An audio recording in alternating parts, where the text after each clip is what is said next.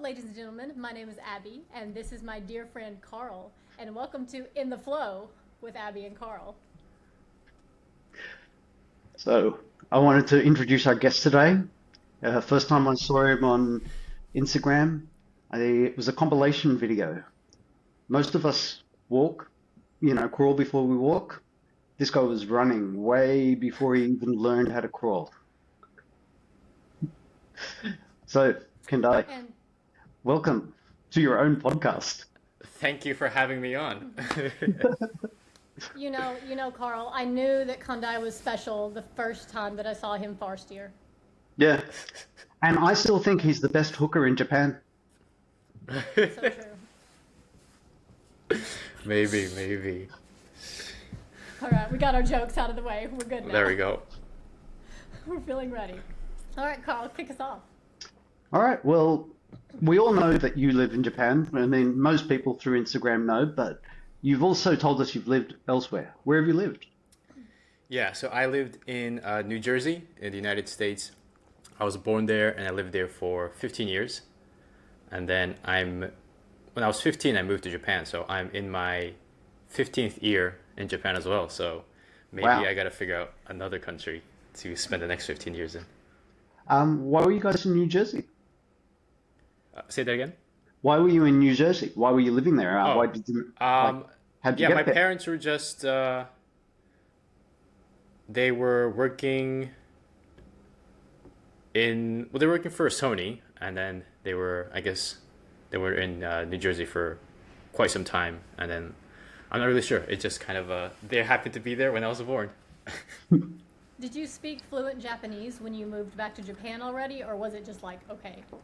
So I went to Japanese school on Saturdays, but I never took it seriously because I wasn't expecting to move to Japan. So I could, conversational Japanese, I could talk with my friends, but then in Japan, there's a lot of formal, like Japanese is, there's like formal ways to say things. So that was really difficult. There's a lot of words that I didn't know. So I was fluent, but it was just like my accent and my intonation was a little off and I couldn't understand certain words. So it was, I had culture shock in my own country.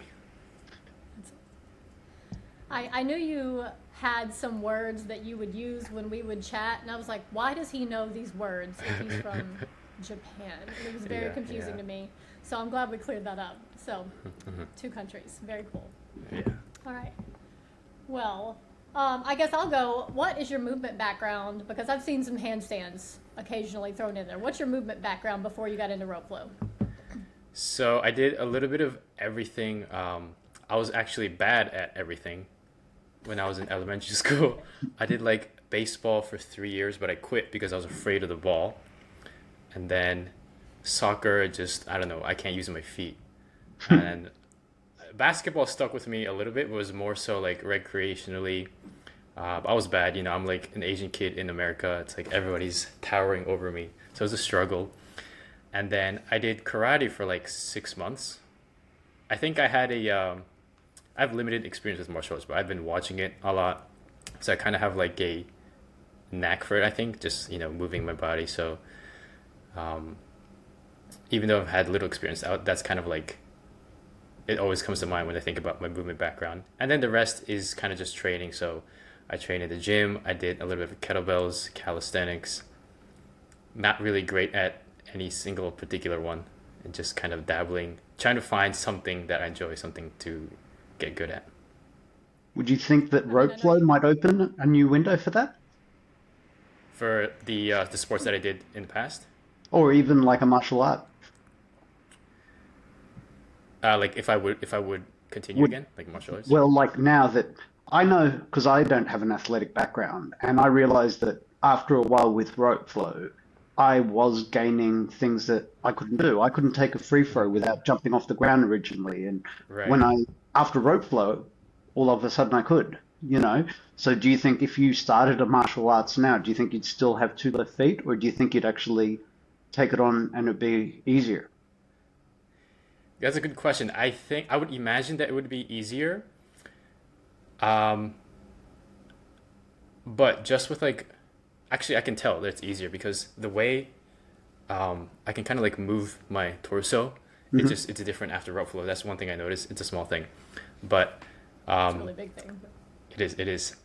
I love martial arts. I love doing it, but I don't think I'll ever go back just because it's I think sooner or later I'll get injured, and I kind of like to. I see it as something that destroys the body rather than healing the body, or you're training yourself to destroy other people's body. So, I'm not gonna make money from it. I'm not gonna be a world champ or anything. So, instead of dabbling in it and getting a serious injury, I decided to steer away from it. Good plan.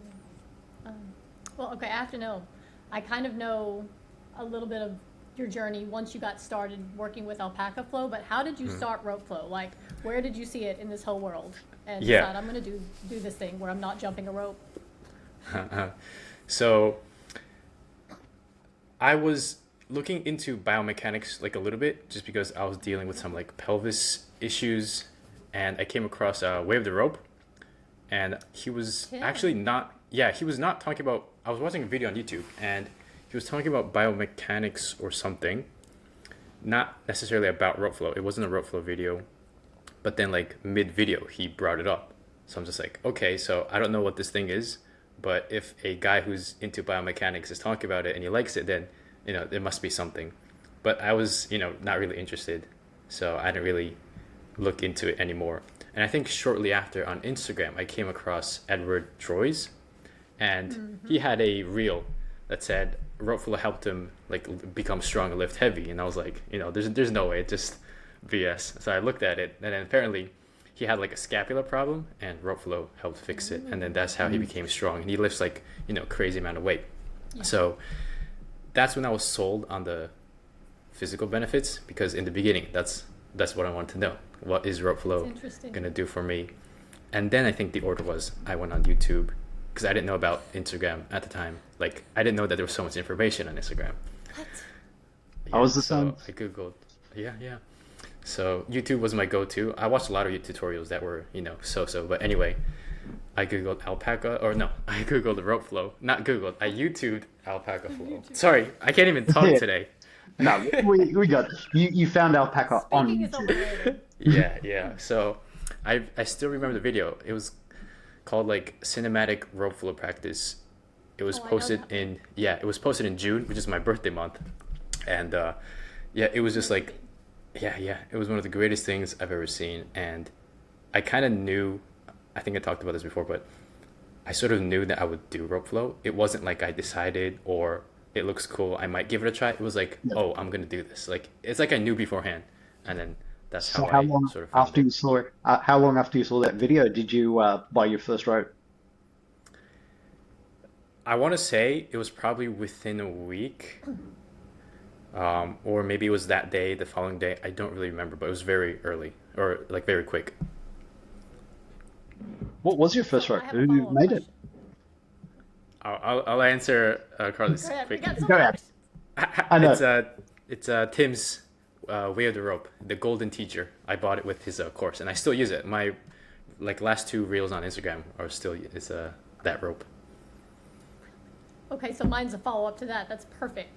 I know you, and I know that you have a lot of opinions about ropes. And I know you own a lot of ropes. So do you kind of want to tell us what ropes you own in your collection and what are your favorites for people? Because I get a lot of questions lately about what rope should you start with? What company should you start with? I know you have opinions about that, so Right. let's do it. So I'll start with the ropes that I have. I'll do my best. I'll start with winding ropes. I have the Orange Shark. It's like I think it's a 900 gram rope. I rarely flow with it on Instagram or in real life, but I love it, but I just haven't used it much. I have the Ghost Shark. So I think it's a 6 source, maybe 700 gram rope. That Yeah. one is, I use it a little bit more. I got that. And then I have the OG 14 millimeter. I own like 3 or 4 of varying lengths. I know it's a bit psycho, but it's just how it happened. And then I have the green one. I know Carl used to use it. I can't remember what it was Yeah. called. It was also a 14 millimeter. Yeah. I haven't really used it much, just because this was I bought a lot of ropes before I knew that Pablo would customize them. So some of them are quite long, and I don't really like knots, which is kind of why they were collecting dust. Knots I are know, great. yeah. Oh, why do you like knots?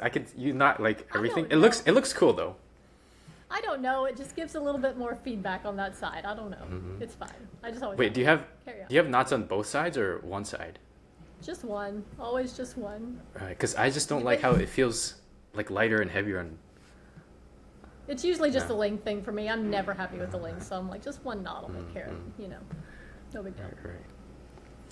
And so yeah, I have like multiple 14 millimeters, and then Alpaca Flow gave me his old one, so now I have like even more. I saw And that You got actually. his OG. You got I the did, OG. I did. Yeah. Dude. I was so happy. It has the yellow cap, so it stands out. It looks different. Cool. And then I have a few of the winding ropes. I'm sorry, I'm looking to the side because I see some of my ropes here. Check it I out. have multiple 12 millimeter ones, the California Orange, the Purple Haze, the Gray Matter. I think that's it actually. And then I have Tim's Way of the Rope, a Golden Teacher. I have like 3 or 4 slush rope, like series of different lengths. Because again, I was a little bit psycho. And then I have the what? So what different lengths do all- you use where? All red. So the reason why I got like a lot is I was trying to find my ideal like length that I like, and so yeah, it was just I went a little bit overboard. Do you have like 4 that are red specifically, or 4 in the prototype size? For prototype, all red, just different They're all lengths. red. Yeah. I don't really like telling people because it's like I don't have a good reason for having 4. We're not judging. We're not judging. Yeah. We all have a stack Well, in the garage. I was in California like last year or maybe 2 years ago, and I was like, it's the shipping is cheaper, so I was like, you know what, I'm gonna buy my favorite rope at that time. So it's like, I got some, and then I have like slush ropes. I have Slush Goku, which is a standard size. I have 2 Bubble V2s, different lengths. You don't have to feel bad about having 2 in the same length. I have 2. And then I also have a chai. I think it's called a chai tea. I got like the Black Friday sale thing, so it came for free. Oh, yeah, And then that's the good. rest, the rest are like gifts. I got like 10 ropes that are gifts. So and I have Sam's Flow Rope UK's Ouroboros and the Whirlwind. Whirlwind is like this really thin one. It's insane. It goes so fast. I want But it's that. also kind I of want it's that. it's a little bit dangerous though. I was going to ask you actually, because I found that interesting when you spoke to Sam on the interview. My first rope that I bought was an Octo Move, and Okay. that feels Yes. really like it went super stiff, super quick. It's almost like a pole now. Wow. It sounds like not in a bad way, but it's just I'm used to softer ropes now. Is Sam's a little bit more on that edge? Is it a little bit more rigid? Because he was saying that in his interview. Yeah, compared to like some of the slush ropes or winding ropes, it is, but it doesn't feel like comparatively it's rigid, but I wouldn't like it still feels kind of soft. Yeah, It's like it has a really unique feel. It's different from like any other rope I've used, so it's interesting. if you're interested, I would definitely it's a nice I one. was actually. That's what I was asking. So out of all these ropes, if a beginner came to you and was like, "What rope should I start with?" What would you say? Oh, that's a tough one. Mine keeps changing, but it has to be I think a 14 millimeter or a 12 millimeter. Yes. Or like both, Preach. why not just have both? Preach. Because 12 is nice. I think 12 is my favorite, but like if you want to clean up your technique, you probably need a 14 at least. Or what? Why not have 4, 12 and 14 in various lengths? Yeah, or 14 millimeters. Yeah. Do you want to share the story quickly of how you came to be in possession of the butter rope from Slush? How did Yes. that get to your hands? So I have 2, which I guess I'll talk about the second one. So Yeah, the in new one. in March, Abby, came to Tokyo for the event, and I was like, I really want a shorter bubble V2, and but shipping is kind of expensive, so like maybe I can ask I'll order it, have it delivered to Abby's house, and maybe she can bring it. And so yeah, Abby was kind enough to bring it all the way from Arizona, and And that's how I then got my second. the part of the story he's leaving out is where I was wandering around Tokyo lost after not sleeping for 48 hours, trying to find him at a park with this rope. So I finally just had to stop and call for help 30 minutes later and drop a pin, and they found me, and the rope was delivered. So Yes. there we go. Yeah. Yeah. So now you've spoken about which rope you would recommend. If you were going to go back to either your younger self or if you were going to take on someone and start training them, what would you teach them first? What would I teach them first in terms of rope flow? Yeah.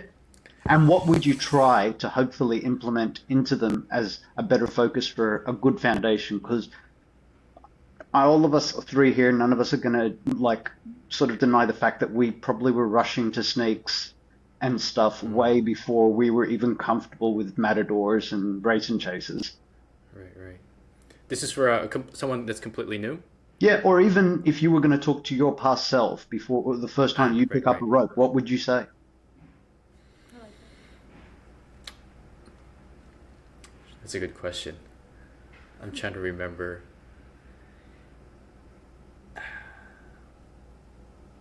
It's kind of tricky because I think I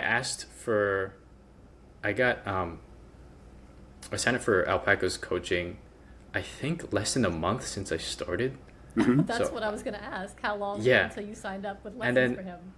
Okay. up until then, I was doing Tim's like course. I don't know the name, but it's probably the most beginner one. Right? There's race and chase, I dragon think it was rolls. just way of the rope, wasn't it?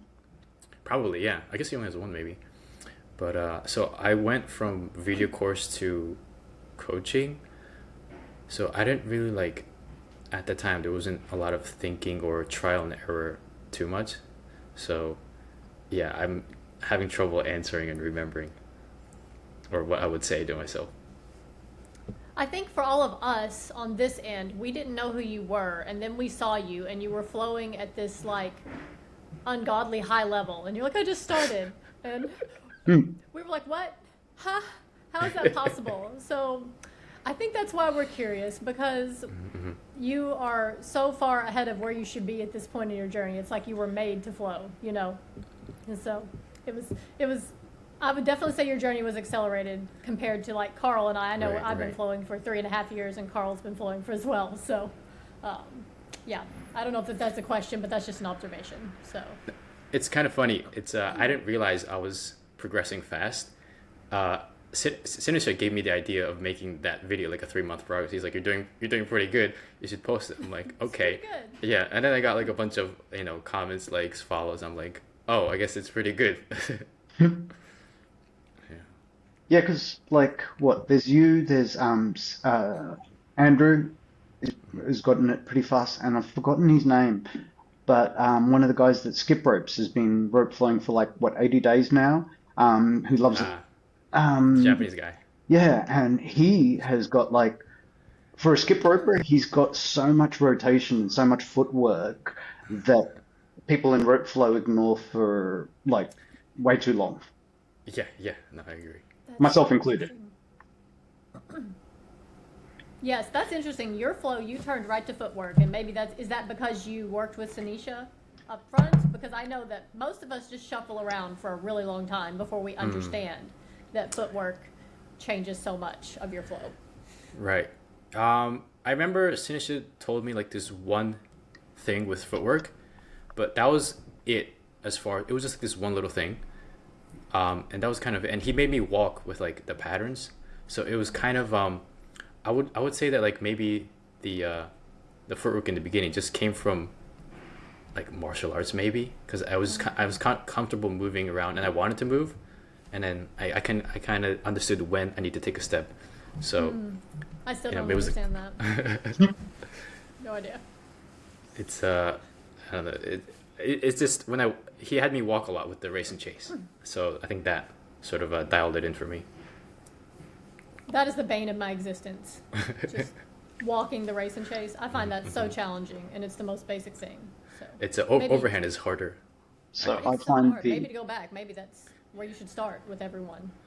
I find funny enough staying contralateral while doing underhand matadors.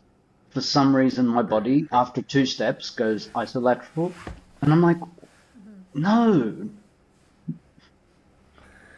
Yeah, underhand underhand matters are kind of weird to walk and just it's And it's funny because they mimic natural walking. You know, the overhand is way more of a crawl. yeah, because it's None weird, of you it's know, you natural kind to of me. It's hard. I'll do a hook all day. I'll hook Just- all day before I will just walk with a race releases. and chase. It's hard. I still like since that last interview, not last interview, sorry, 2 interviews ago when I can't remember which guest was saying it, but saying that Alpaca was saying that there's only 2 patterns, the race and chase, underhand and overhand, and that comment alone has stuck with me for days, and it's actually given me a nicer overhand hook at the moment. It's like there's something new that I've just gone, oh my God, how did I not work this out, yeah, Well, kind I of think you were notice. talking Oh, with sorry, go Sanisha. ahead. Yeah, I said same thing. You were talking with Sanisha in his interview, and he said the same thing, and I was about like an anchored sneak or a sneak just being a race and chase, and I was like, Right. wow, it's so like mind blowing when you understand that. Yeah, because that's what I like about like his coaching. He explains how like the front for the sneak, the front hand is just a race and chase, or the race and chase, the way you move your body is the same in a cheetah's tail, or blah blah blah. So it's just like, Didn't you say when you signed up for him that there were some patterns you were having trouble with? Like what were those? Yeah. What stumped Yeah. Kandai? Like So really?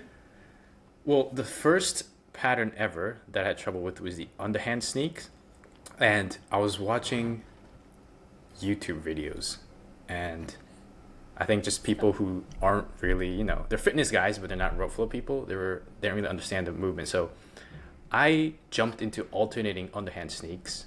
I didn't know that you could do right side and left side, and so it took a while, but I picked it up.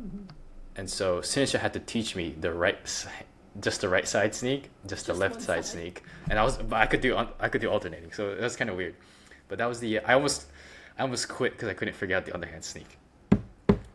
Yeah, so that was the first hurdle.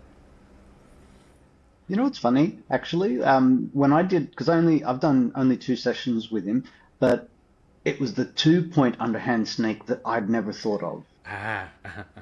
And it's so logical because, like, you think, well, like, it is supposed to be only 1 beat on each side. It doesn't actually need that 3rd beat. But I think this is also where, funny enough, if I went back to talk to my younger practicing self, I think one of the things I would try and focus on would be each pattern does have so much depth, and we'll be Yes. playing with some of these simple patterns for years to come, and we're still going to find stuff. And you have these aha moments, like I think I was messaging Annie one day, and it was the first time in my whole life where, if you also think about an overhand sneak, it's technically drawing a figure 8 behind you. So there's a little circle happening in front, and there's a little circle happening in back. And like I just told, like, being a smartass, I said, "Hey Annie, I found this cute little circle in the underhand sneak behind my back. He's been hiding back there the whole time." And she's like, "Oh, I know him. He's super cool, you know." And so, like, these little things that we sort of don't focus on, like matadors, and, as I said in my podcast, your propellers, and all of these things, they do need so much more time, they need so much more attention. But I guess you realize that as time goes on, and then you go back. Yeah, and I enjoy sort of like finding these new ideas in these fundamental or core patterns. Like it's, there's a lot of cool things like wraps or catching it this way, floating it that way. But it's like some of them don't really, like I can tell it's not for me, but just exploring the matadors more, the race and chase more, the sneaks more like that is definitely like, I don't think I'll ever get bored of that. That's that's where I'm at in my practice right now, is that there's always something new, and you can always keep trying to do all of these fancy moves and keep up with that. But the real depth, like you said, is going into those foundational patterns, and that's what changes. I think that's the difference in someone's flow, where you're like, oh, that was good, and then there's the people that have gone into the depths, and then you're like, wow, like what is that thing that they're doing differently than me? And it's hard to even put your finger on, but those people have gone deeper instead of wide. So Yeah. that's I just fell out of my chair. Sorry guys, I got really excited about that. It's cool. Got really passionate about that subject. Carry on. So I was going to ask you, because I remember a while ago you and I were chatting about the fact that you had a bad shoulder. Firstly, is it better? But also, what did you have to do differently with the rope flow? Because I know some of those patterns in rope flow were aggravating it. So what did you do to avoid it, but still be able to do certain patterns? Good question. I think anchoring patterns were a little bit tough. It was my left shoulder, sometimes my right side as well. But anchoring, I had to be a little bit careful. So I just kind of didn't do it, or I would drill like 10 reps, but I wouldn't do it in a flow, because sometimes with the flow, something, you tweak it. But I think for me, it was just listening to my body and not overdoing it. Just because sometimes I'm tired, but I want to continue. But just stopping. It's kind of like with food, where instead of stopping when I'm stuffed, I kind of stop at like 85, 90%. So yeah, that's one thing that really helped. But my shoulders actually, so interesting story. I think since last May, I wasn't able to do a push-up, just for whatever reason. This pain in my shoulder. And I tried a lot of things, like a bunch of like, scapula stuff, shoulder stuff. And I talked with a lot of people. And the March row flow event happened. And after the event finished, I had a feel like just my shoulder was lighter. And I'm like, I think it's gone. And I did 10 push-ups for like the first time in the year. No pain. That's So cool. like, I don't know what's happening. I don't know what happened, but it's just like, I just was- knew it was like, it's gone. It was just magic. There was magic going on. Straight Yeah, I up. don't know. So I don't know. Maybe I was like nervous or tense, but like just some kind of release happened, and I was magically cured. Nice. Well, I guess I'll move on. Here's my question. How do you approach your practice now?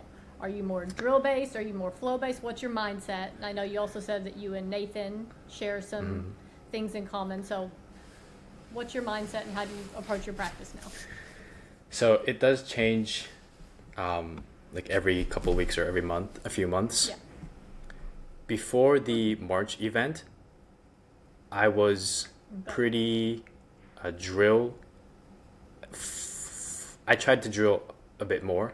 I tried to keep it like, maybe not 50-50, but I drilled quite a bit. The inspiration was I was watching, like, for whatever reason, I was watching professional darts.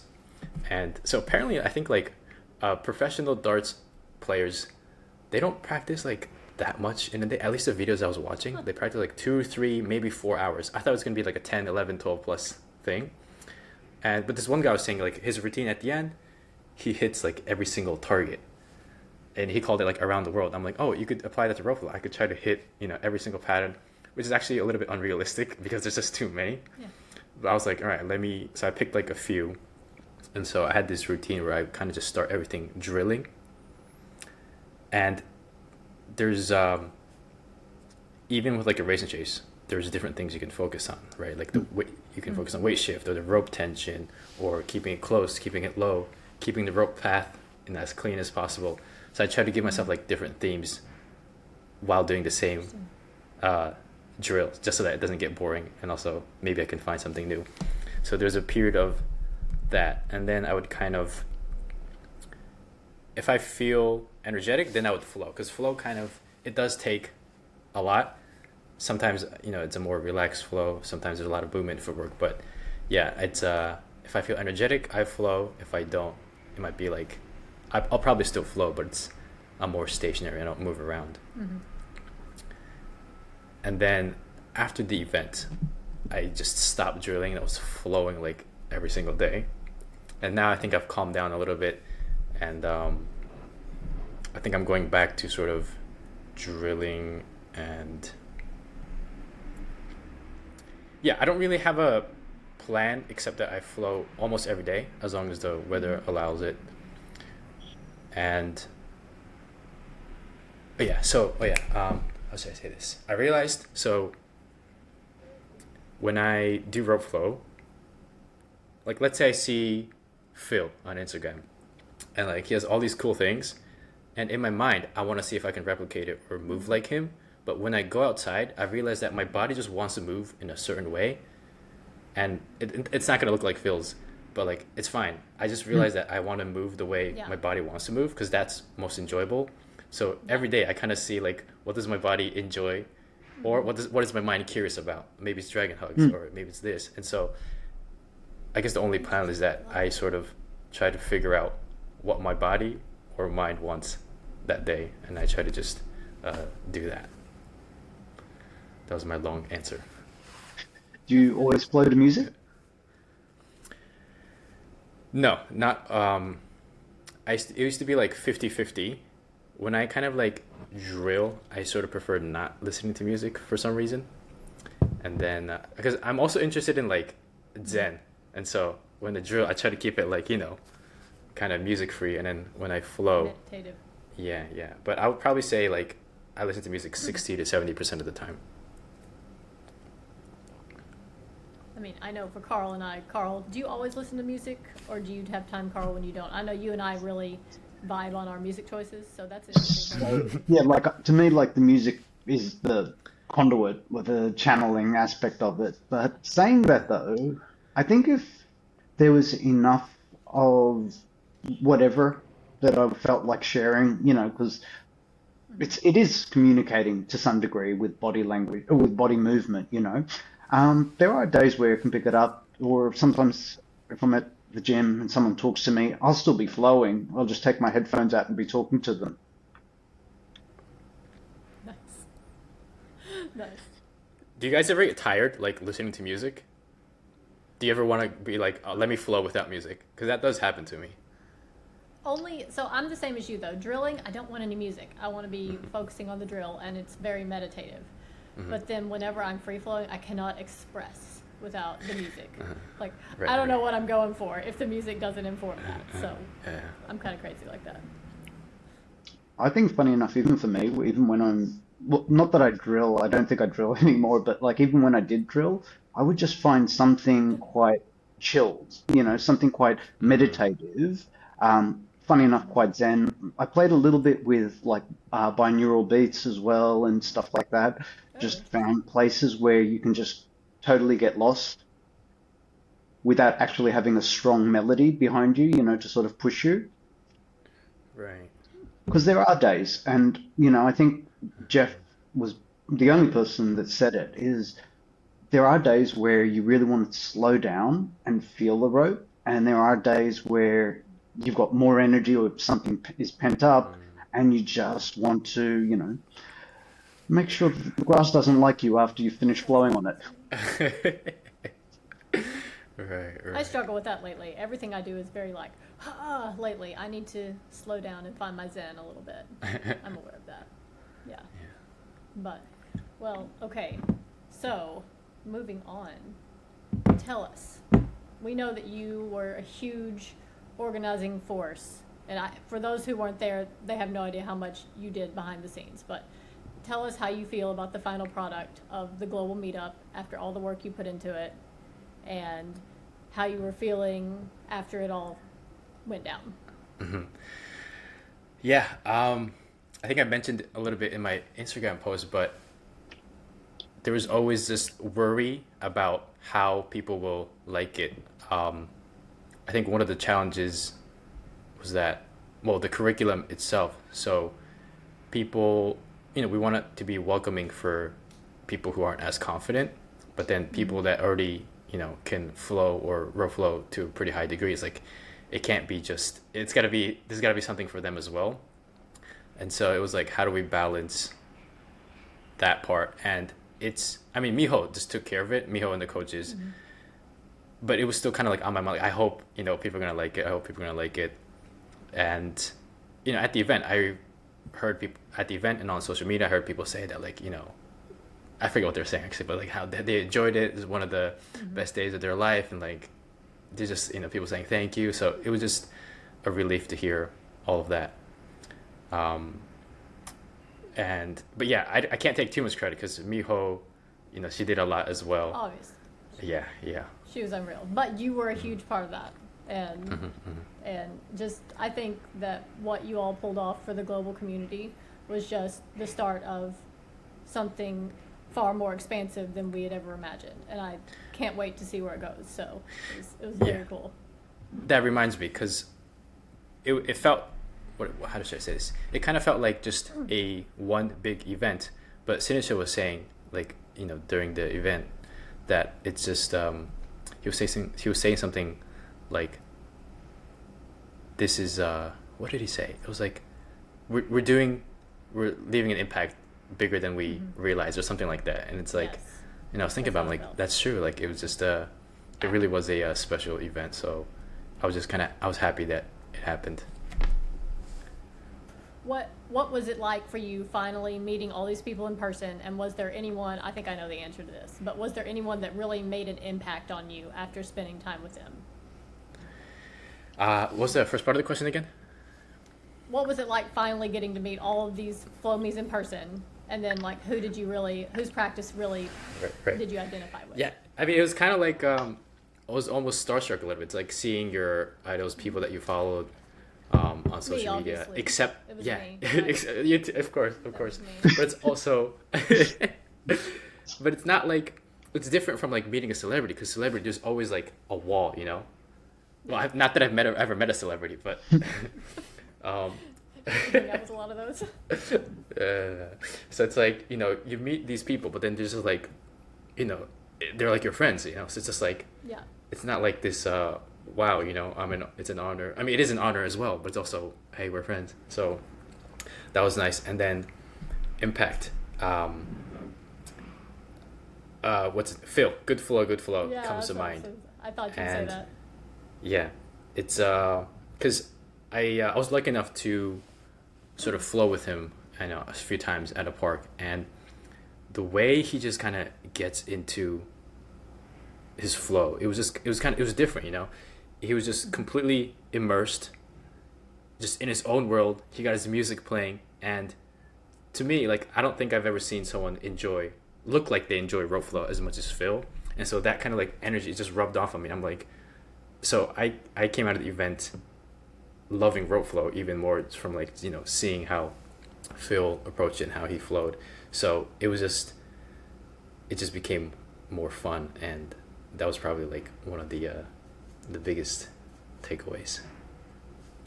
That makes me think, I think that Karl and Phil would flow so well together. Oh yeah. Because Karl, I know, okay, first of all, I know you don't like to edit, and you flow for longer periods of time, and Phil is very similar to that. And I believe Phil even, like, one of the specific things in his lesson was, if you screw up, keep going. Like, stay in the flow.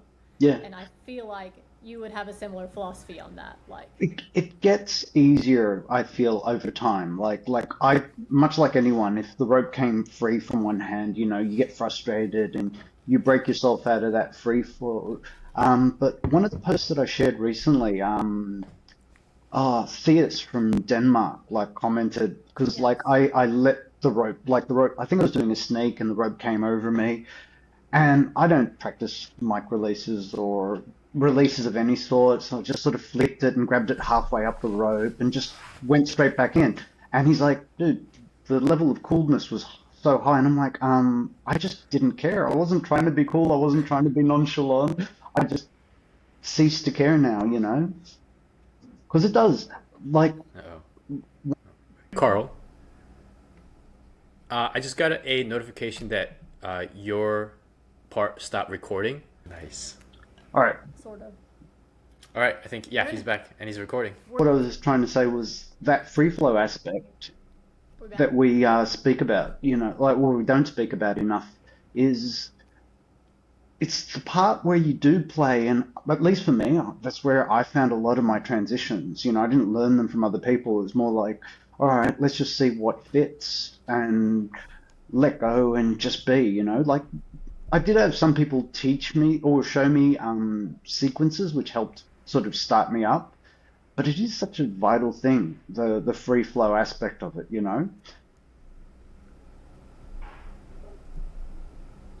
I agree. And I think I struggle sometimes with, like Kandai said, like having that plan and I really want to execute that plan for the day, and then but my body and my mind want something different.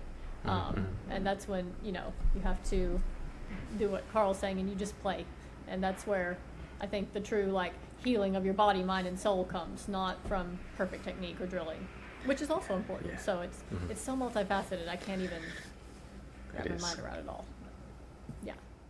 Kandai, do you feel like, because I don't know, maybe it's just my vibe, but do you feel like there's something that you want to say that no one else has said about rope flow, or something you want to communicate to the community or to the people that want to join our community?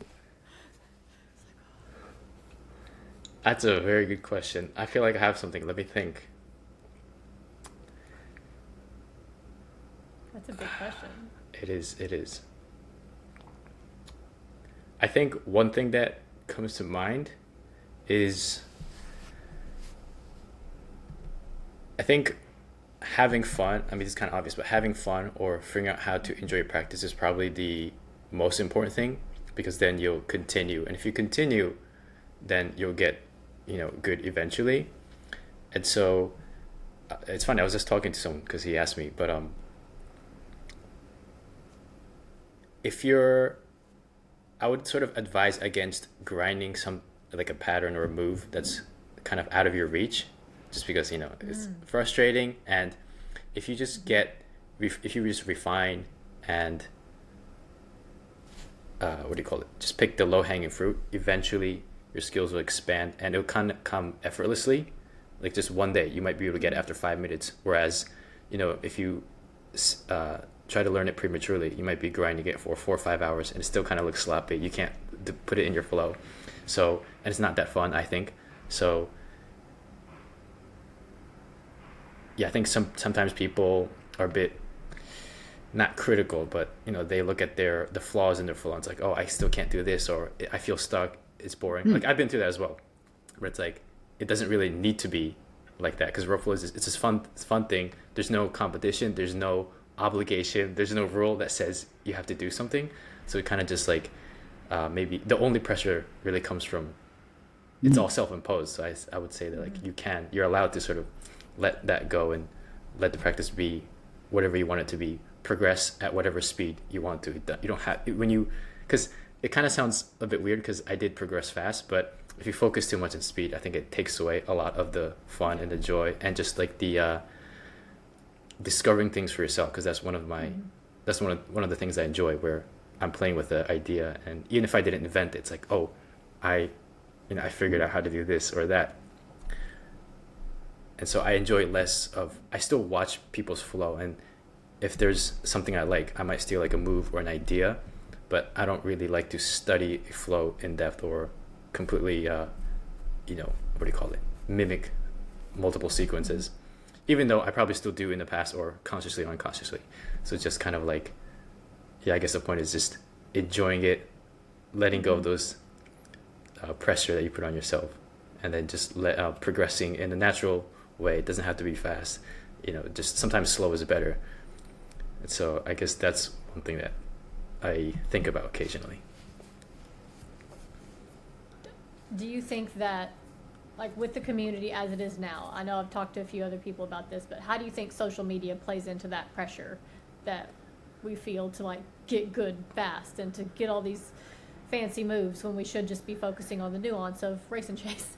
Like, Right. how do you guys feel? But we also wouldn't be here without the social media community. So it's an interesting question, right? Carl, you want to go first? I might Okay, need so to like, think about it. I would say like other people, well, watching anyone else, it should be like food. It's food for thought. It's not, again, like we will, like when you're young in the practice, you will see it competitively. And you're like, I want to be that person. I want to be this person.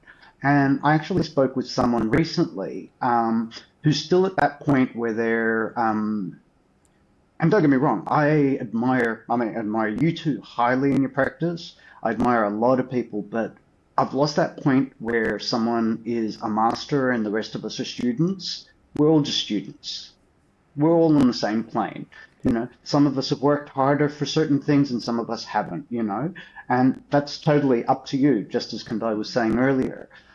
But yeah, this person was still at that point where they were getting a like from a particular artist or mover, and they were just still like so over the moon about it. And I'm like, listen, that's cool. I said, and it's a beautiful compliment when someone who is learned sees something in you and reaches out. I said, but you're equally as important at the table. And so Yeah. the sooner you get that in your head, I think as a practitioner, this whole process and our community works way better. Well said. Kandai? Yeah, I agree. I just wanted to add something to that a little bit. I think it can apply beyond rope flow, but sometimes people sort of judge their self-worth by like how good they are at a skill.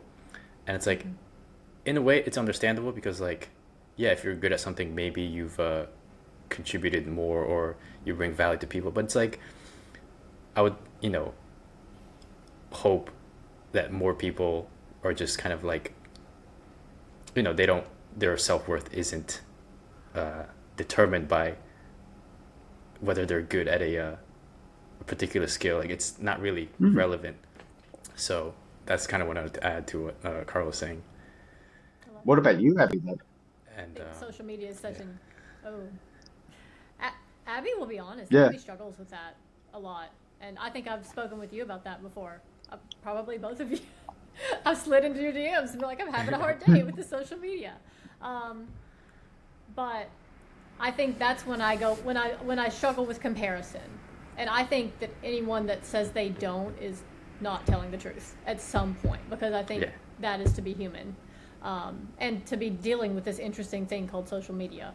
But I find that that's when we go back to why we started this, the joy, the play.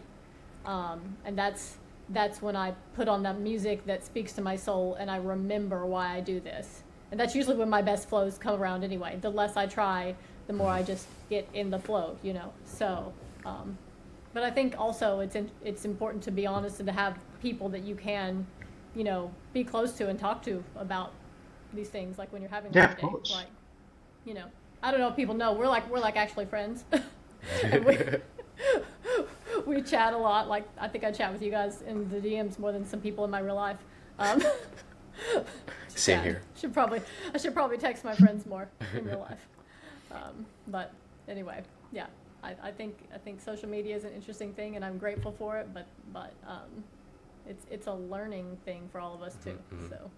Yeah, I mean, with social media, there's good and bad, obviously. So I think it's just kind of having a healthy relationship with it. Yeah. Because how you use it, you can use it for good, to feel insecure or negative about yourself. So I guess that's a skill in itself as well. Yeah. Or you can use it to find your people. Yeah. So, which blows my mind every day, that in this entire world, we all have this rope and we do not jump it.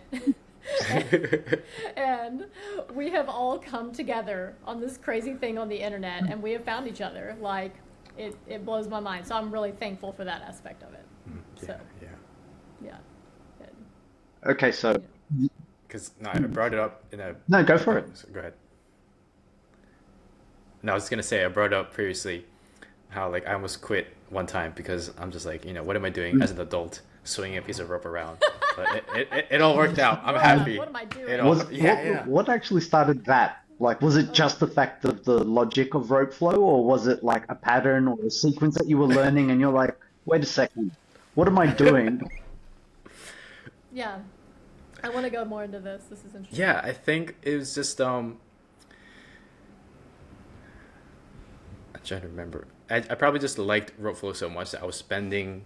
I wasn't doing that long. I probably do like an hour, maybe 2 hours at most. So it's not even like that crazy compared to like how much time we spend on our phones. But I don't know. I think I was just I guess because I practice 90% of my practice is alone, so I'm not really teach. These days I teach a little bit more, but like I don't really teach. I don't really make tutorials or content about how to do rope flow. It's just my own flow. So I don't know. It was just like I think there was a point where it's like if I have free time, the only thing I cared about was rope flow. But then I'm like, is that even a good way to like live? It's like here I am. It's like twirling this thing around.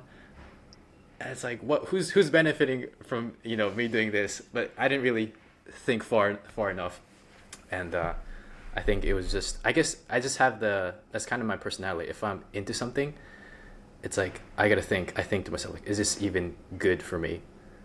And if it's not good for you, it's like I try to like stop or I rationalize or whatever it is. So I think I was just going through it that with rope flow. Have you had a moment like that, Abby? Carl, did you ever almost? I definitely. Yes, I What was the have. most memorable one? Yes, let's talk about the time we almost Ah. quit. That's a relief. Mine was after I started, maybe like, I got my ropes and I was like, I'm gonna be so cool. And it turns out rope flow is really hard. I don't know if you guys know that. And when you start rope flow, you do not, in fact, look really cool. So just, for those people that are watching out there, just know that we've all gone through that period where it was just so awkward and uncomfortable. And I was ready to be part of the community and it just looked so bad. And I was like, I can't. I think it was just like a dragon roll. And then I really decided for some reason, do you know what? I'm so talented, I'm gonna learn a tandem sneak. And it really like just demolished my sense of self. I'm joking, but it was so hard. It was so hard and so bad. And I was like, maybe this isn't for me. So I did put my ropes up for a while after that, before I decided to give it another go. Yeah. No I had one no told me idea. to focus on the basics. Yeah, no one said focus on the basics. It was back years ago. Carl, were you there 3 years ago when there was no Well, guiding force around this whole I think situation? like the only things that were around when I first started, there was definitely a YouTube. There was YouTube videos from WEC. There was Way of the Rope, and there was Edward's Okay. course. And I decided on Way of the Ropes That was fun. before Edward's. I ended up getting Edward's later on, and I actually think Tim is probably a better way because he guides you through it, whereas Edward gives you the information. And don't get me wrong, Edward's tutorials are amazing, but then you've got the ability to jump ahead. You can literally jump to the most complex pattern straight away. And as we discussed earlier, that's what most people will do. And they'll skip that first Right. section. Now, funny enough, the one that almost broke me was so Joanne from Montreal. She got me to do Oh yeah. a sequence that I think it was Alpaca and Julia from Germany. She doesn't do rope flow as much on her socials now. She's doing more. She's Oh, so good. She's her so good. movement practice is just amazing to She's watch. so good. Um, Oh, and I'm not even kidding. If you go back and find that reel, even the song is Tell Me It Gets Easier, is the chorus. It was completely intentional. It's like a dark, depressing song. And it's like, I've just nailed this and I'm ready to put the rope down. And that's it. I nailed it. I was going to do literally a mic drop with a rope and never pick up the rope again after that sequence. But in its own way, it taught me some really complex transitions. So you were saying, like, once you got the sequence down, like you've completed rope flow, It so wasn't even you're that I'd gonna drop completed. it. It was Completed. like, I wish it was that, I wish it was like, oh, put your initials in. You have officially finished rope flow. Now you can get, the next level up. Right, right. No, it was more like, no, I'm not ready to like continue on this road, so I'm just going to pull over and jump off the highway. I'm going to leave my car on the road. Right, right. Speaking of, Uh, did you two ever feel like was there ever a point early on where you felt like you reached your potential in rope flow? Like, oh, this is it. This is as good as I'm gonna get. I don't think I ever thought about it. Hey, every day Like, when I go have out. you, No, I don't. I wonder like, what. I'm always like looking for what's next, and I know, or was for so long before I understood that we could dive deeper into the basics. So I think for me, like, I know now that it's limitless, but for so long until I understood that, I was always like, what's next? What's next? That's it. And so I think understanding that, and I understood that after working with Sanisha recently, to be honest. Like, it took me way too long to understand that. Like, that has changed everything about how I approach my practice. So, you know, there's never an end point now, because you can always go deeper just with that. Yeah, I think the combination of Josie, Mother Rope, and chatting with Annie, like, because you can just tell from Annie's matadors. You could ask her to just stick with not even both sides. You could say just do an overhand matador, and you're like, wait, you haven't done the same pattern twice, you know? And like Josie, like, embodies that concept of diving, you know, and I did one of her courses which was all about diving, and every class we do, I'd go out and discover something new in a pattern, you know. And I don't know if you've noticed it, but there was a sort of little, I guess, loop of videos that I would do at one stage where I'd unlock a pattern, but I'd sort of do a video where I'd just play with it for the minute and a half or the minute of video that I would share. You know, I've done it once, I think, with the hooks when I unlocked the hooks, and I just sat there and just tried putting it on the wrist, tried putting it on the elbow, you know, You just sat there and you're and just like, let's see what's there. And then he became the best hooker. Well, in Australia, Just over there you know, looking I away. can't compete with the Japanese team. Oh. I feel lost. What are we talking about here? I don't know. Have we gone off track? It's as expected. We were on track Yeah, for a while, which if is anything, fine. I think we've been on track for way too long. Serious. Oh, did I freeze, or did you I guys know, freeze? very serious we're back. conversation. No, because I brought the question up because I think like months around like 8 or 7, 8, 9, I forget when, but like I know there's so much to rope flow, but I just felt so kind of stuck, and like everything was just felt repetitive that I'm like, okay, maybe I've exhausted my potential in rope flow. So I was like, it was a Exhausted my a dip in I motivation. think that's actually a common part. I think that's actually a part of the practice, and it's almost like a FOMO kind of vibe, you know, to it, where you're like, okay, and this is where I think the pattern collecting isn't necessarily the most healthy thing. Don't get me wrong, like Phil and Sinesha have clearly got huge like dictionaries of patterns under their belts.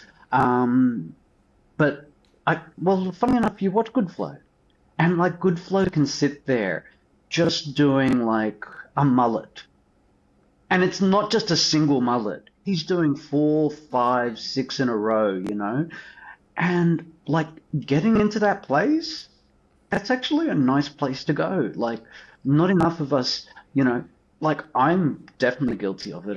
My brain's sort of like, how dare you do 2 patterns in a row? Oh, that's so true, though.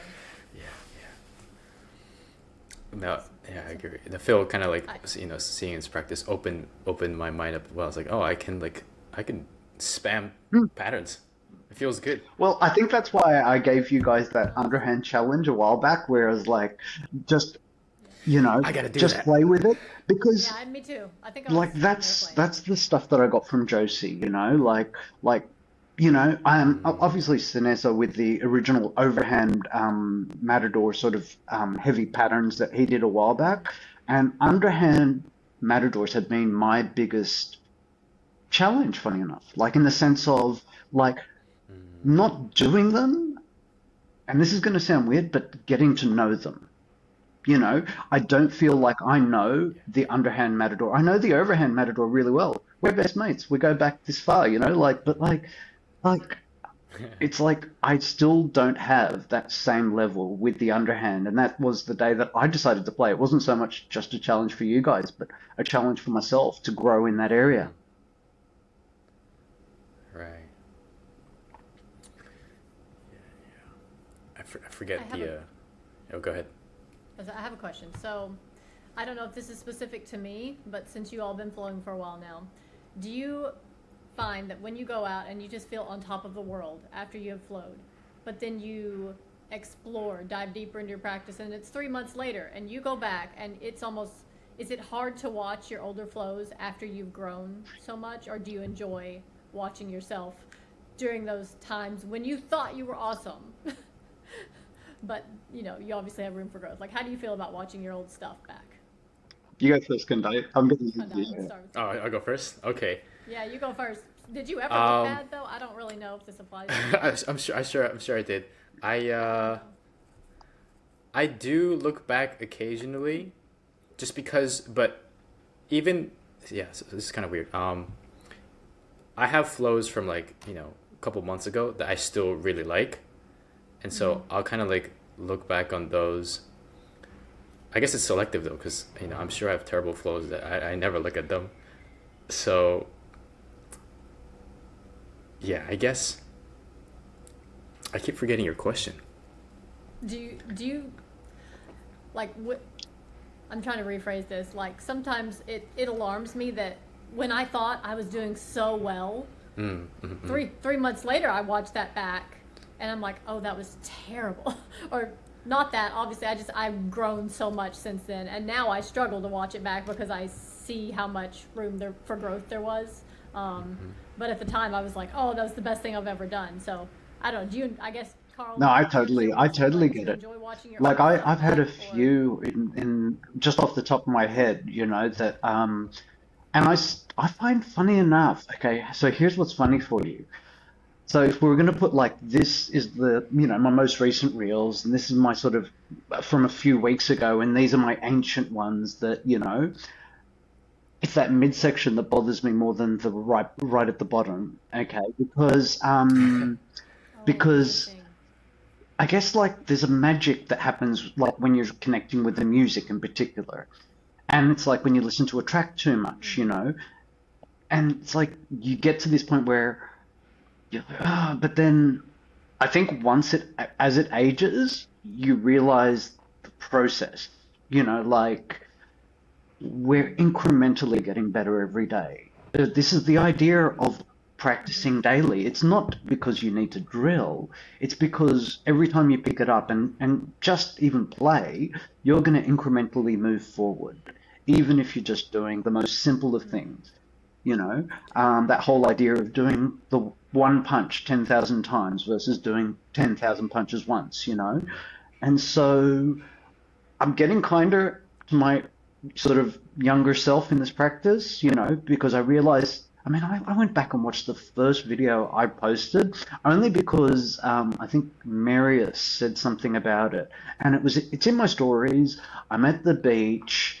I'm like barefoot. I don't even go to the beach for God's sake normally. And I'm at the beach, okay, barefoot, playing with this rope. And I remember people like commenting because it was a story.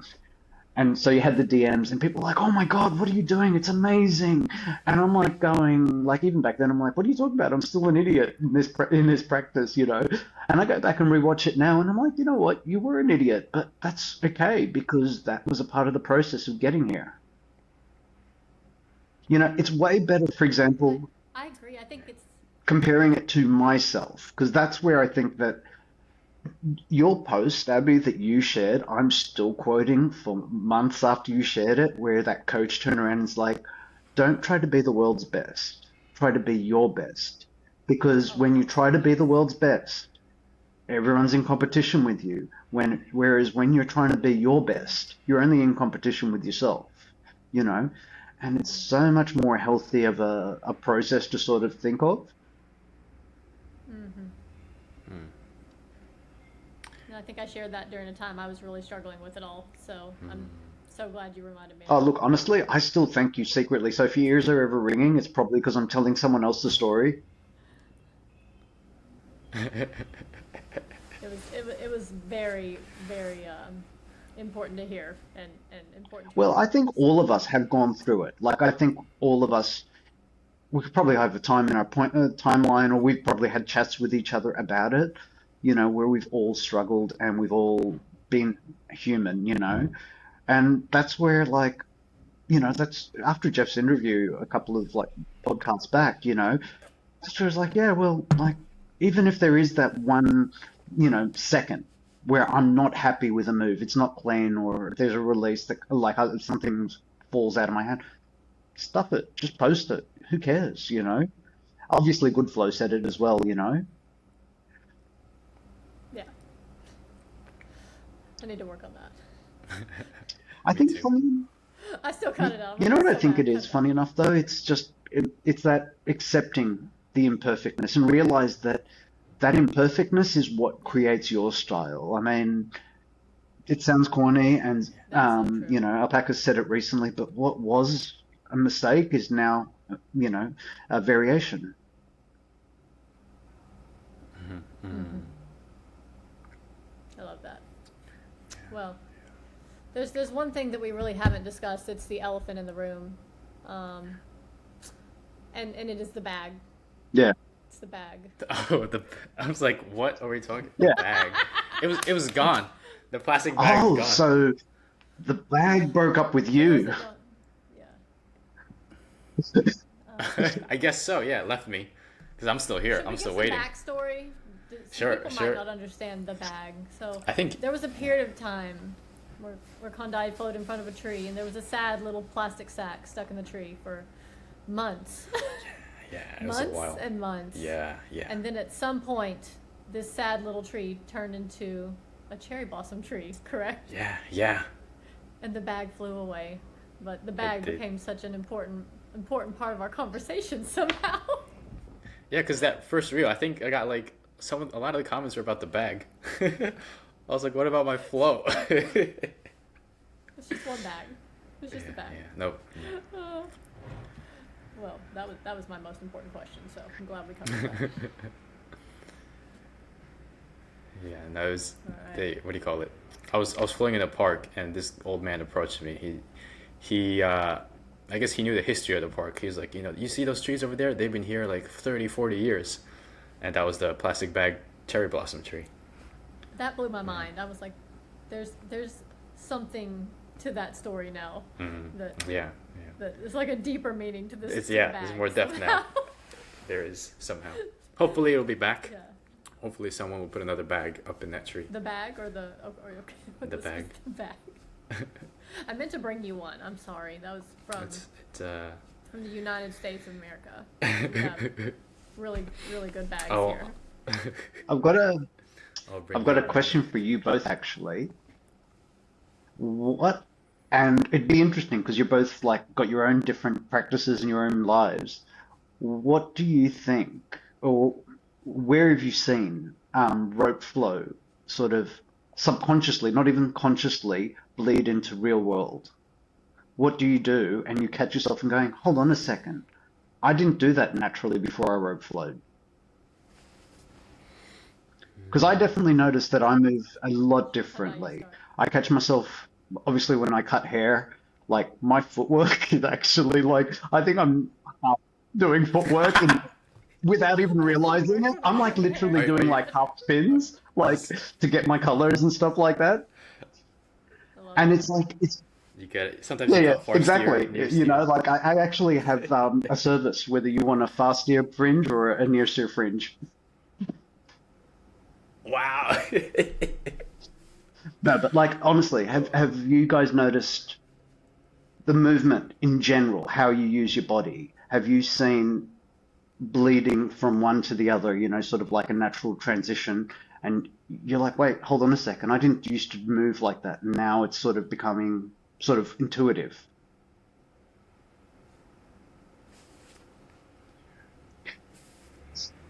Abby, you got? I can I start. got you. Yeah, you start. You got it. So, yes, but mine is not movement related. So I was never an artistic person. I never really cared about art, but like for some reason lately, like after rope flow, I have more of an interest in this like, I guess like, oh crap, Carl went away. We have lost Carl. I'll Crap, wait we for him. lost Carl. I'll wait for him. Oh, Oh crap, we lost Carl. he's Ow, I he'd fell be out of the dev chair he'd again. be he would be devastated if we answered his question off I camera. know. I'm giving It's me a like, few more Carl, minutes to answer. we finished. We're good now. Are we editing this part out? Oh yeah, we are. Oh, okay, there we go. Yeah, I don't know how we're gonna end it going on. So, Yeah, for some reason, Carl, maybe I should have stuck on my phone. I don't think this laptop come back. necessary. He's I'm back. back, yes. Is he back? So I hope you caught that. I just poured my heart Oh, out damn it, into I'm gonna have to listen answering to your the question. podcast now. No, but we're waiting for. I was saying, it's I'm more interested in like not like art, like, what do you call it, like traditional art, like paintings or whatever, but just kind of Hmm. like beauty, I guess. It's kind of weird. It's like I notice shapes, like if a plant or a tree or a flower, it has like, That's especially after like cool. doing That releases, is I don't know, very cool. like I just see Oh, like the interesting. atom. Yeah, I You just see see like the, that, Adam? Yeah. yeah, I see the atom in like some certain flowers. So that was a weird, bizarre thing. That's kind of a recent thing, and so I think I'm just a little bit more interested in. Okay, Abby's. Can you hear me? I can hear you. Am I frozen? Okay, yeah, it should be okay. I think the final version should be okay because we're on here while it's recording. It might look blurry, but anyway, yeah. So I think I'm just more became more open to different types of art because Japan has a lot of like traditional arts. I guess there's like flower arrangement. There's also like calligraphy. Um, so yeah, I think I just it's not a movement thing, but that's one change that I noticed. That's cool. Mine is not. I mean, obviously, I'm at home a lot with my kids, but I notice it bleeding over just into the way that you guys may not know Yeah. this, but I have miniature pigs as pets. So I'm going somewhere with this. But there's a lot of things that I have to lift for them. I have to lift their bedding, and it's 40-pound bags. And I have to go up and down off the floor a lot just to clean their area. And I noticed just the ways in which I use rotational movement when I'm getting up and getting down, and it bleeds over just into ease of movement throughout my day. So that's really helpful. But another thing is I've never been able to dance, and so when music comes on, this That's is true, that's probably a true. little more literal. But when music comes on, I'll start flowing. Like, and I suddenly know how to move my torso Yeah. separate from my lower half, and vice versa. That's a good and I'm one. like, oh That's a good wow, one. that's fascinating that I know how to do that now. You know, I remember being at middle school dances and being like what is going on? And now I'm like, oh, I get it. So, yeah, it's I don't know that that's a practical way, but it is fun I that I think finally that's have that actually, honestly, that's a awareness of my valid body. thing because, like, whether we like it or not, like, if you're getting to the point of high level dancing, you have a ridiculous amount of body control, muscle control. You know, like when you see people that can either break dance or even animate really well, contort and do stuff like that, that in itself is a form of exercise, you know. That's one of Julia's sort of things where she's quite big into dancing, you know, and she does that in movement, Mm. you know. I sort of have got like been playing a lot with tumbling myself lately, and as you know, there's a goal to one day be able to Makako, you know. Um, well, I wouldn't say soon. I've still got to get my cartwheels, let alone my Makakos, you know. It's still just so bizarre, this idea of being on the floor and throwing myself backwards, you know.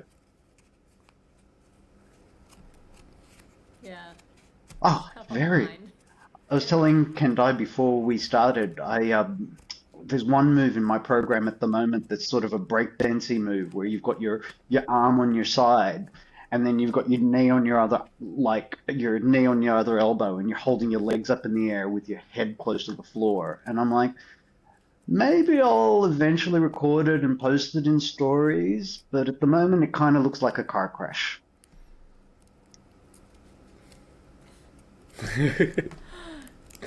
I remember those days. Uh, but yeah, well, I mean, didn't we all? This is going back to like the how it bleeds over. I don't know that we all did. Some of us come from like the weightlifting background where we want to just be more athletic. But I started to flow because I wanted a way to Hmm.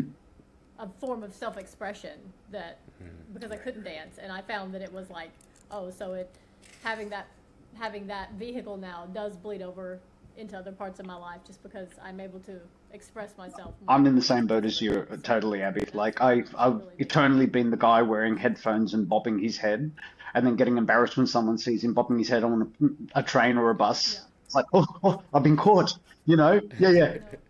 No. Like this And is my now, dance like move. I'm like, with the rope, it's like, hold on a second, like, and obviously, as you get more comfortable with patterns and everything and transitions, there becomes a certain level of expression that is, hmm you know, yeah. way more like intense. Unfortunately, though, like going out to a club with the ropes might not be a great idea.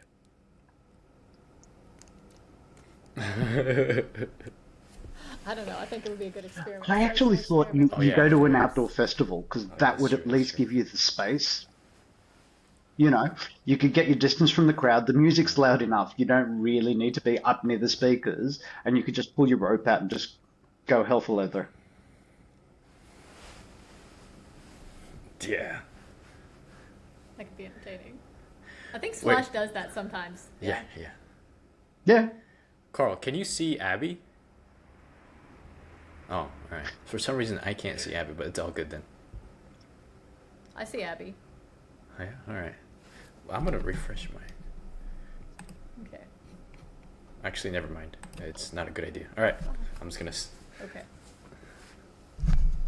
It's right off topic, but in the beginning, I didn't know that you could record on my phone and play music, and so when I had to record for Instagram, I'd have to like imagine the music in my head. I was like hallucinating the song. It was just a difficult thing. I still It don't all know depends that. on You what can you're do using. that? Yeah. If you. So I find if you were using the stock standard app on of like camera app, it's usually fine. As soon as you push record, you just push single play on your headphones and it plays. But my last gimbal was a DJI and it had to use the DJI app. That's when I had to start carrying around two phones. You know, because as soon as the DJI app was open, it cancelled out the other, like the music app.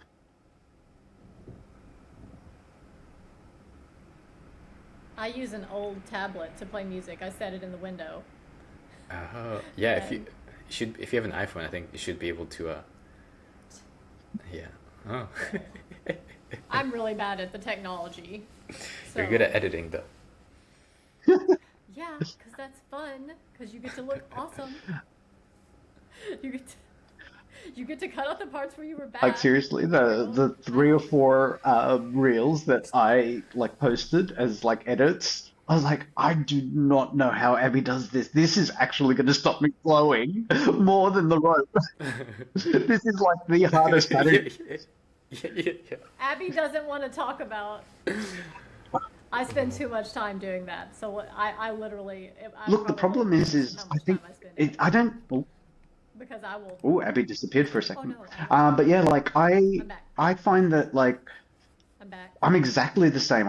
I ended up spending way too much time because it's like, no, I don't want a whole second off. I want you to like expand now so I can like take a third of a second off.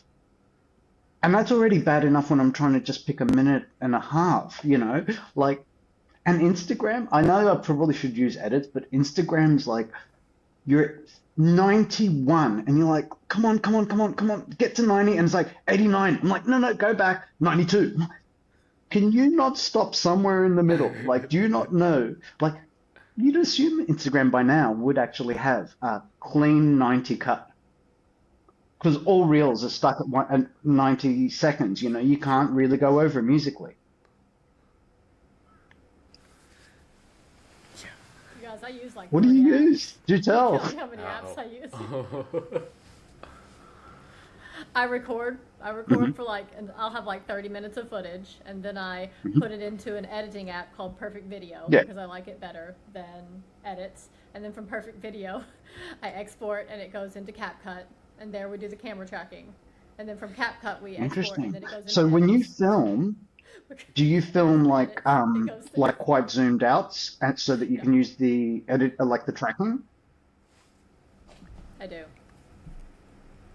I Yeah, yeah. I have two windows in my backyard, Hmm. and I film window to window just so I have room to Yep, yep. move because I go out of frame it's hard to stay in frame, so we need a big frame.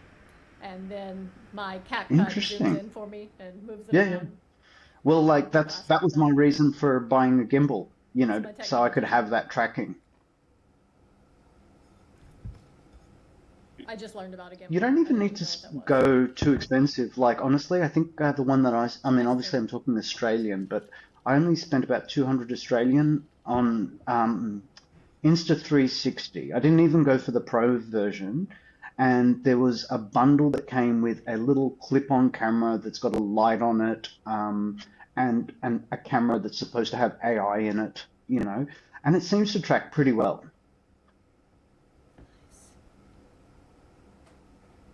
Nice.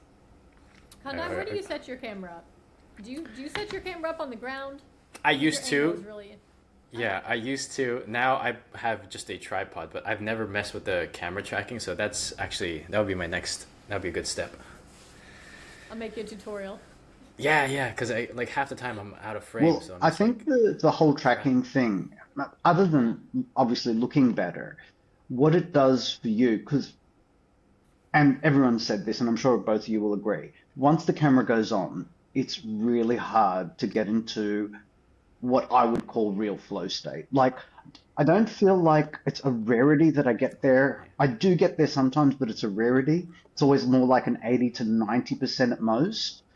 And then having to think about, okay, Mm, like there's a landmark here and here, and I can't step outside them, otherwise I'll be out of frame. That yeah. adds a whole new layer of stepping out of flow state. So having either a larger camera Yeah, or yeah. a tracking ability cuts that, and then you're like, I mean, occasionally the tracking doesn't work. Every now and then it doesn't work, and you're like, oh great, I've got like 5 minutes of a solid wall and no one flowing in it.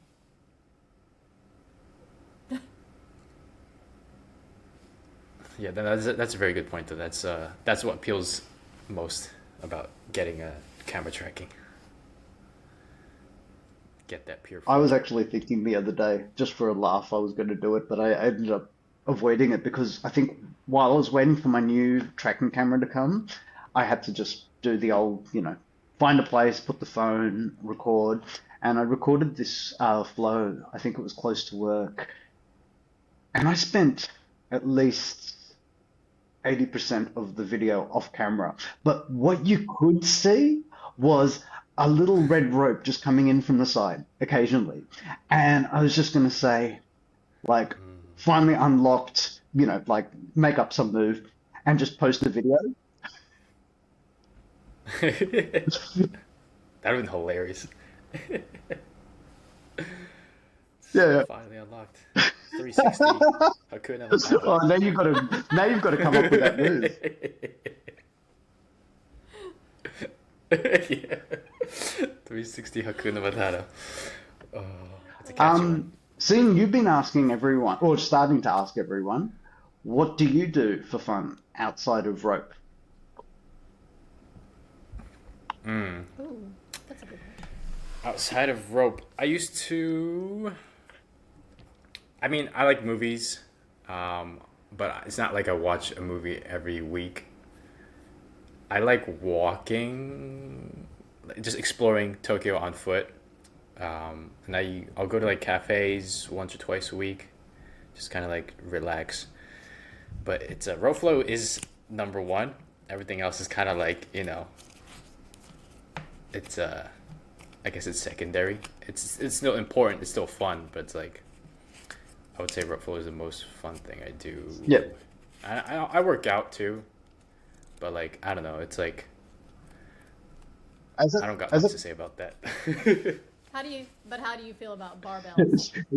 uh, no, it's just I don't train with barbells anymore. That's it. Period. It's not So bad. how It's do you? just I don't know. I used to train with barbells, but it's I just because it's so easy to load up with weight. It's definitely fun training with barbells, but like it's easy to like load it up and then I tweak something or it just it's not my favorite anymore. Makes me cranky in my old age. So Yeah, yeah. lifting weights, when you get older, you just don't recover as fast, and it leaves me with, I'm just so cranky that I'm sore and I can't rope flow to my fullest ability. Yeah. And it, like, anything that gets in the way of that really makes me like. So if it makes you feel, but Yeah. if it makes you feel any I do better, it Abby, at the because moment I'm doing a course in fitness at college, and Tuesdays, our Tuesday afternoon is a group session. I've done aerobics classes that have left me so sore the next day. And I'm like, I'm supposed to be learning here, not doing the workout. And then we did a barbell program the following week. And like for 3 days, whoa, you're like, okay, no footwork, no nothing. I'm just going to sit here, just look at the rope. that would Yeah. that would. You're closer to my age, so we take just a bit longer to recover than when we were in our 20s. I can't wait till you're no longer in your 20s so that you can It's only 2 more experience months. life. Yes, is it? Yeah, in Wow. 2 months I'll be 30. Wow, welcome to your 30s. I'm So I'm excited. in my 30s for a whole few more months, so I'm gonna milk being in my 30s Well, I'm as way long past as I my can. 30s. Then I I'll will be join probably you. getting closer to the next number soon. Not in, Um, not in do either of you have uh, communities, like real in-person communities?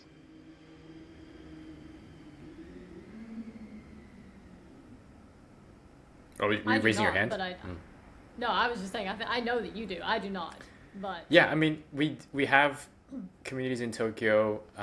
There isn't like a, what do you call it? Like an official, Yeah.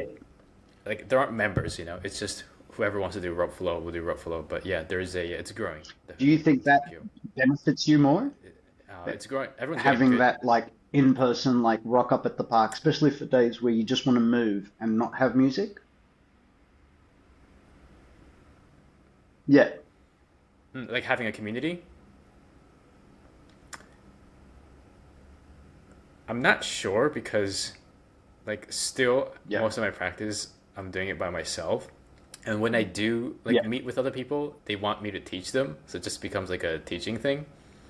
So it's like in that sense, it's fun and beneficial because like I get to teach and like teaching helps me, you know, I mean, people are happy when they learn things and this also helps me understand things, get better at teaching. So yeah, but like I don't do it that often either because rope flowing is still my favorite thing. Teaching is like, I think Phil said it. I don't want to make it Yeah.